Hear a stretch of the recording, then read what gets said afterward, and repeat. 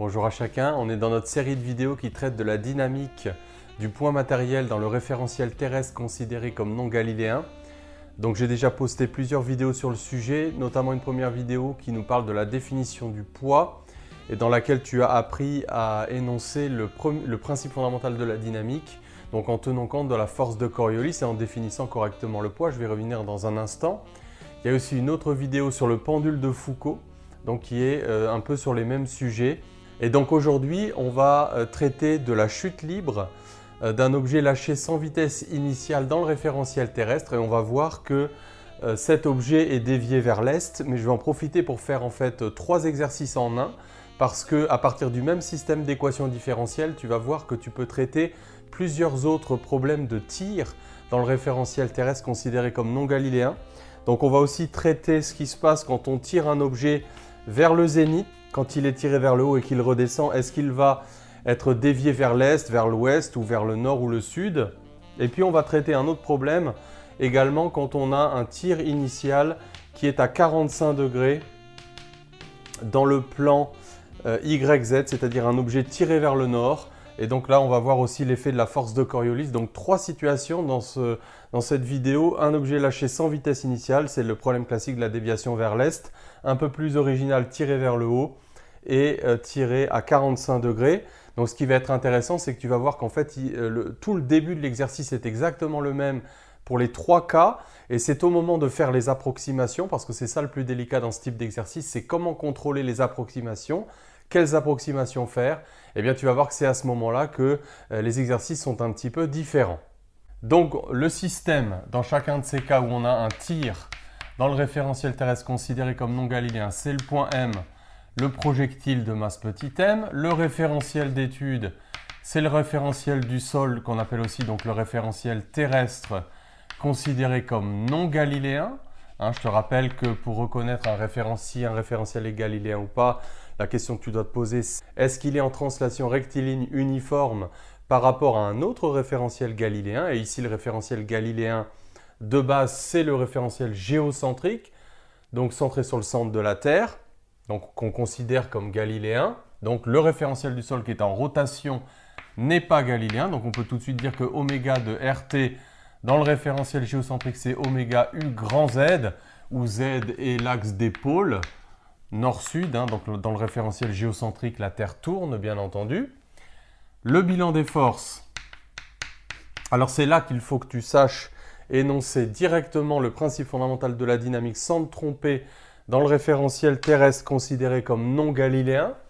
Donc masse fois accélération dans le référentiel terrestre, c'est le poids mg et plus la force de Coriolis, donc ne te trompe pas, moins 2 fois la masse, oméga le vecteur rotation, vectoriel v, la vitesse dans le référentiel relatif, c'est-à-dire dans le référentiel terrestre. Et puis l'énoncé te dit également qu'on considérera que G est dirigé selon moins UZ, c'est-à-dire que la verticale locale, dans l'expérience du fil à plomb, on considérera que c'est la direction de l'axe Z. Alors, c'est pas toujours explicité ça, mais je trouve intéressant de remarquer que si tu fais si implicitement le texte dit que G est selon moins UZ, cela signifie qu'en réalité, dans le poids, tu négliges tout simplement la force d'inertie d'entraînement, le terme centrifuge qu'on a étudié dans la vidéo précédente, puisque cela sous-entend que tu considères que le poids est selon petit uz, donc selon ce vecteur-là. Donc cela signifie que le poids est dirigé vers le centre de la Terre et que donc tu négliges toute variation du poids avec la latitude. Donc ça c'est souvent sous-entendu, mais ça me paraît intéressant de le remarquer. Alors surtout, ne recompte pas la force d'inertie d'entraînement parce que souvent on veut bien faire, on veut la rajouter, on se dit je suis dans un référentiel non galiléen, donc il y a la force d'entraînement, il y a la force de Coriolis, donc il faut que je la rajoute. Elle est déjà incluse dans le poids, bien que tu vois qu'ici elle est implicitement négligée. Alors, on va donc projeter ce système d'équations dans le système d'axe x, y, z. Donc on aura m, x point point, y point point, z point point, donc les coordonnées de l'accélération en cartésien, donc le poids 0, 0 moins mg avec ce qu'on vient de dire. Donc moins 2m. Alors première difficulté, c'est projeter le vecteur oméga. Attention, quand tu fais un produit vectoriel, tu dois projeter les deux vecteurs dans la même base. Souvent, on aime bien une base pour l'un des deux vecteurs et une autre base pour l'autre vecteur. Et donc, des fois, on mélange les bases. Bien sûr, ça n'a aucun sens. Donc ici, tu es obligé de projeter oméga, évidemment, dans la base du référentiel terrestre. Donc, j'ai redessiné le vecteur oméga avec son origine en O. Donc, la latitude, elle est là. Et comme angle à côté perpendiculaire, on la retrouve ici. Alors, si tu as un petit peu du mal avec les angles, l'astuce que je donne toujours, c'est prends un angle qui est petit et non pas proche de 45 degrés comme sur mon dessin. De cette manière-là, tu ne confondras pas lambda et pi sur 2 moins lambda. Bon, mais moi j'ai pris un angle ici, donc on voit qu'effectivement, le côté ici, selon oméga, est perpendiculaire au plan de l'équateur. Et ici, la tangente au cercle est perpendiculaire au rayon. Donc on voit bien que lambda, on l'a là. Donc on projette oméga sur le côté adjacent, donc sur y, donc ça va être un cosinus. Donc 0 sur x, donc on aura une projection positive, donc oméga cosinus lambda sur y, et donc c'est forcément plus ou moins sinus sur l'autre par conservation de la norme. La projection est positive, donc on projette oméga sur le côté opposé, qu'on retrouve ici, donc oméga sinus lambda. Voilà. Vectoriel la vitesse, alors bien entendu, là attention, tu ne prends pas la vitesse au niveau des conditions initiales, mais tu prends la vitesse à tout instant, parce que tu veux la force de Coriolis à tout instant. Alors bien sûr, tu ne la connais pas complètement, cette vitesse-là, mais voilà, tu écris simplement le système à tout instant. Donc a priori, la vitesse ne reste pas selon z, mais elle a des coordonnées sur x et y. Si tu ne les mets pas, évidemment, tu perds tout l'intérêt de l'exercice. Donc, on va donc réécrire ce système d'équations différentielles, donc mx point égale. Donc, pour avoir la première coordonnée de la force de Coriolis, on masque la première ligne et on fait le déterminant 2 ici. Donc, moins 2m oméga cosinus lambda z point moins sinus lambda y point. Alors, sache calculer un produit vectoriel. On masque la deuxième ligne. On part toujours en bas. Attention, hein, en bas à gauche. Et donc, on fait ce produit en croix. Donc, on n'oublie pas le moins 2m. Moins 2m oméga sinus lambda x point. On masque la dernière ligne. Donc, on fait ce déterminant 2. Donc, moins, ça va faire plus. Donc, mz2 point. Évidemment, on n'oublie pas le poids. Donc, moins mg moins plus 2m oméga cosinus lambda x point. Alors, voilà le système d'équations différentielles, qui sera d'ailleurs le même pour le pendule de Foucault, pour le tir vers le nord, pour le tir vers le zénith, pour le tir vers le nord et pour la chute libre. Le système est le même, mais ce sont maintenant les approximations que l'on va faire qui vont être spécifiques à chaque situation. En réalité, ce qu'il faut que tu considères, c'est que l'effet de la force de Coriolis est un terme de perturbation par rapport à ce qui se passerait dans le référentiel terrestre, considéré comme galiléen.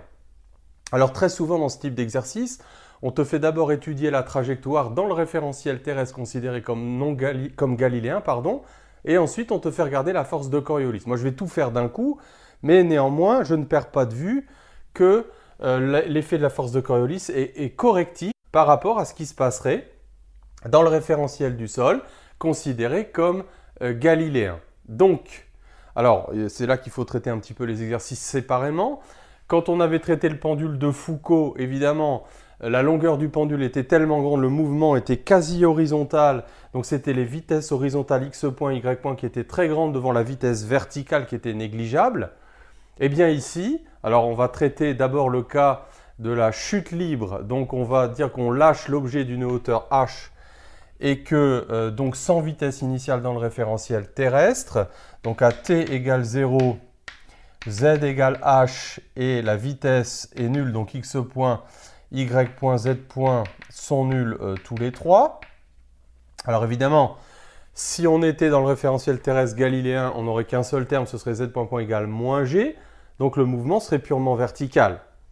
Alors, ce qui nous permet d'ailleurs de faire la bonne approximation. La bonne approximation, c'est de dire que z point, la vitesse en norme, va être très grande devant les deux vitesses horizontales x point et y point qu'a priori on pourrait considérer du même ordre.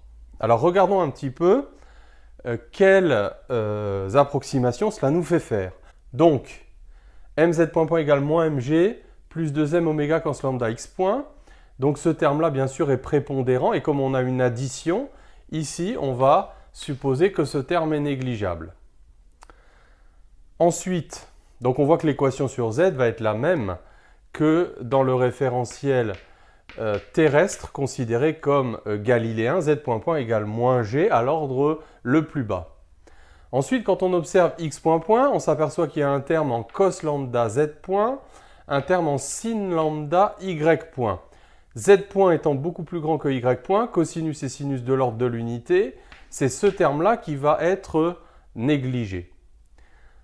Vient ensuite le point le plus délicat, c'est de comparer l'accélération sur y et l'accélération sur x. Alors on voit qu'en ordre de grandeur, si on fait le quotient de ces deux relations, on aura y point sur x point, les masses se simplifient en ordre de grandeur.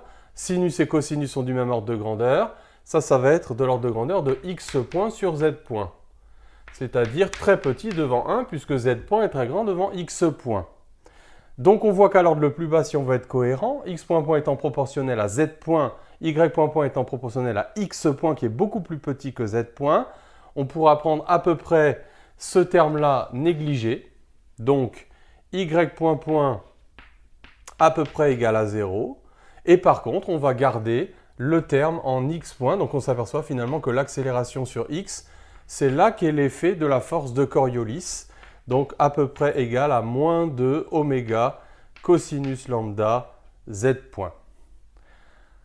Alors, donc on va regarder maintenant l'effet de cette force de Coriolis. On peut intégrer l'équation sur z. Donc une première fois z point égale moins gt, une deuxième fois z de t égale moins 1,5 de gt carré. Il n'y avait pas de vitesse initiale, donc plus h. De là, on peut en déduire le temps de chute. Donc je vais quand même écrire z point parce que je vais en avoir besoin. Donc z point, ça fait moins gt, donc plus constant, c'était lâché sans vitesse initiale.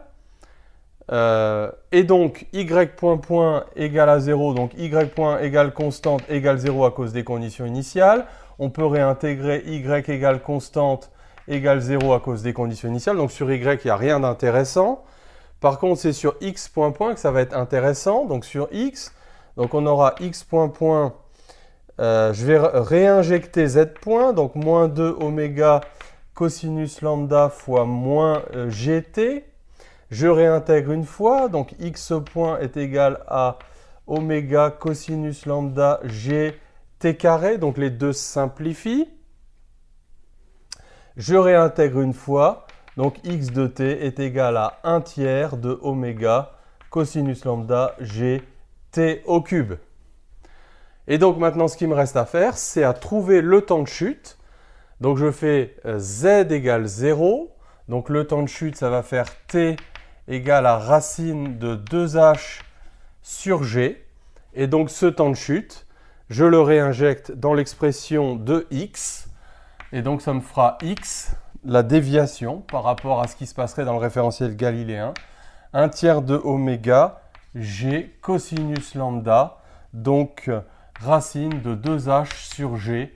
Donc à la puissance 3, on aura plus de 2h sur g à la puissance 2 tiers. Donc voilà la déviation. On s'aperçoit d'ailleurs qu'elle est tout le temps positive, même quand lambda est négatif, puisque le cosinus est toujours positif. Donc c'est la fameuse déviation vers l'est. Alors on peut faire une application numérique. Donc en prenant lambda, une latitude de 49 degrés, une hauteur de 158 mètres, g 9,80 mètres secondes moins 2, on trouve une déviation vers l'est de 2,8 cm. Donc quelque chose de difficilement mesurable. Pour le mesurer, il faut faire une étude statistique, par exemple dans des puits de mine où on lance des objets et pour ne pas être perturbé par le vent. Et donc on fait une moyenne sur la déviation et c'est quelque chose qui marche assez bien. Donc 3 cm pour 158 mètres de hauteur de chute, mais c'est quand même un effet qui est mesurable. Alors je t'avais promis 3 exercices en un, donc regardons maintenant ce qui se passe. Si à t égale 0, donc x égale y égale 0 égale z, et la vitesse donc est tirée vers l'objet est tiré vers le zénith, vers le haut.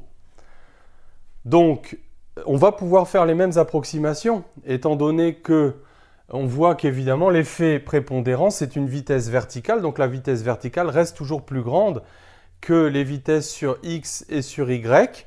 Donc le système peut être approximé exactement de la même façon.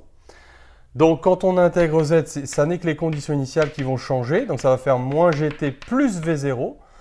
Et donc z de t est égal à moins 1 demi de gt carré plus v0t plus cette fois-ci 0, puisqu'il n'y a pas de hauteur initiale. Donc on peut en déduire le temps de chute en faisant z égale 0. Donc ça fait t égale à 2v0 sur g, c'est bien homogène, hein. V en mètres par seconde, g en mètres seconde moins 2. Donc on peut reporter tout ça dans x point point. Donc x point point est égal à moins 2 oméga cosinus lambda. Donc je reporte l'expression de z point qui change par rapport au cas de la chute libre sans vitesse initiale.